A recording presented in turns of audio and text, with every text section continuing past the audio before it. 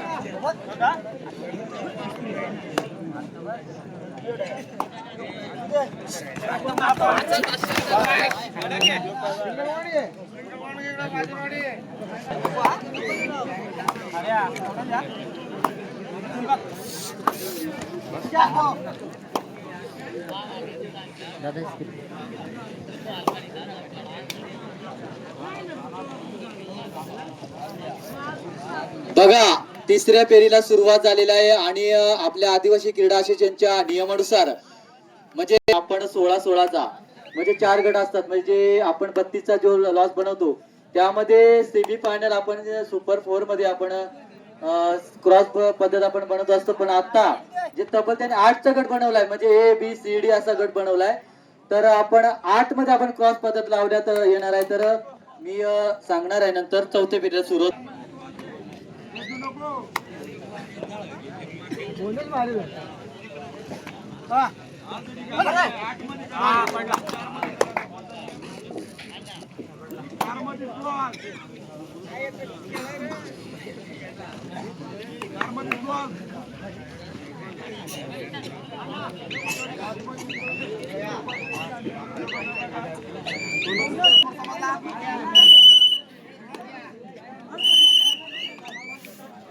चला आपण सामन्याकडे वळूया. मला वाटतं यामध्ये सुद्धा जो संघ जिंकेल तो सुपर 8 मध्ये प्रवेश करेल. चांगले असे सामने पाहायला मिळतात मैदान क्रमांक 1 वर आणि 2 वर.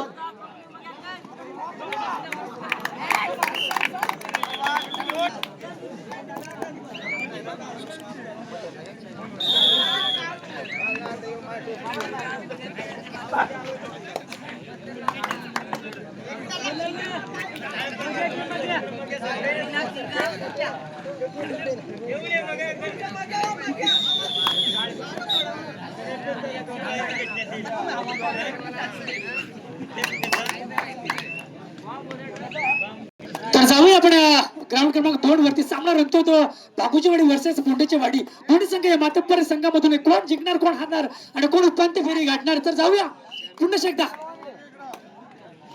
जसे क्रमांक 5 चा खेळ उजव्या कोपऱ्यातून डाव्या कोपऱ्यामध्ये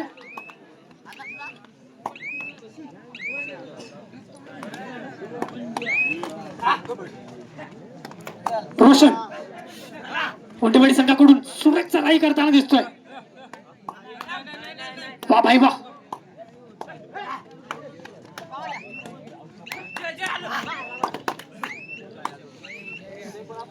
फुकटची धावपळ म्हटलं जातं त्याप्रमाणे पुन्हा एकदा रेडीच्या भूमिकेमध्ये जसे क्रमांक 07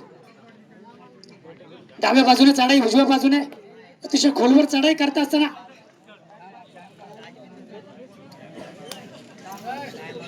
बागुचवाडी संघाकडून जसे क्रमांक 2 चा खेळाडू आता मात्र उलटा घुमना उलटा सुमना रायडर मात्र इथे आउट होतो.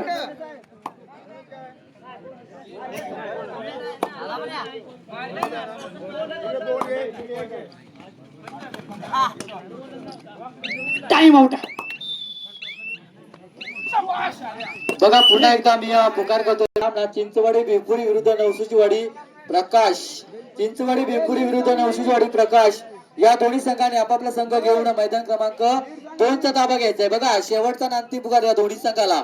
आजोबाजू बसले असेल कुठं बाहेर गेले असेल तर आपला आवाज आपल्यापर्यंत पोहोचत असेल तर दोन्ही संघाला विनंती असेल की चिंचवाडी बेपुरी आणि नवसुचीवाडी या दोन्ही संघांनी आपापला संघ घेऊन मैदान क्रमांक 2 चा ताबा घ्यायचा आहे. नक्कीच या ठिकाणी बक्षिसांची खैरात लागली गेली आहे. बावऱ्या 12 बैलाचे मालक मनोहर एवढं चांगलं केलं गेलं. पकड केली गेली आहे. बक्षिसांची खैरात आली आणि रोशनचा मात्र इथे अंत झालाय.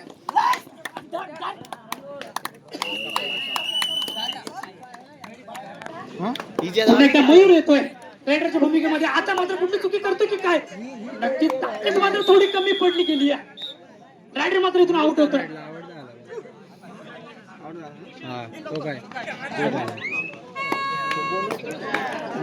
बघा पाथर्डी बनाम आणि आशानीवाडी एक सुंदर असा सामना पाहतोय आपण मैदान क्रमांक 1 वर.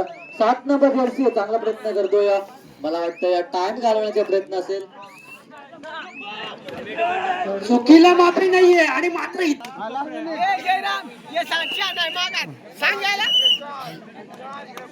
आता त्यांची थडाले हे रेडो गेम आहे. येत रेडो गेम आहे. कोण जिंकल त्या. नक्कीच रवीच्या समीत जोडले गेले प्रकाशजी शेंडे साहेब. नक्कीच दोघांनी मात्र हाताची घडी आणि तोंडावर बोट ठेवलं. सुंदराच्या ठिकाणी चांगला प्रयत्न होता. मला वाटतं अपयश येतोय. बघा सुंदराची पकड विशाल कातवारांची जी पकड केली गेली आपण पाहतोय. खेळ इथे ताकदीचा अंदाज पाहिजे असतो. पूर्णपणे ताकद लावली होती परंतु 7 गडी त्याच्या अंगावर आले म्हणून थोडस कमी पडलाय. मित्रांनो हार जीत पक्कीच असते या खेळाडूमध्ये. तर आपण जाऊया आपल्या मैदानाकडे ग्राउंड क्रमांक 2 वरती. एकीकडे मनोहरचा संघ तर दुसरीकडे रवीचा संघ. एकीकडे भागूची वाडी तर दुसरीकडे पोंडेची वाडी. एकीकडे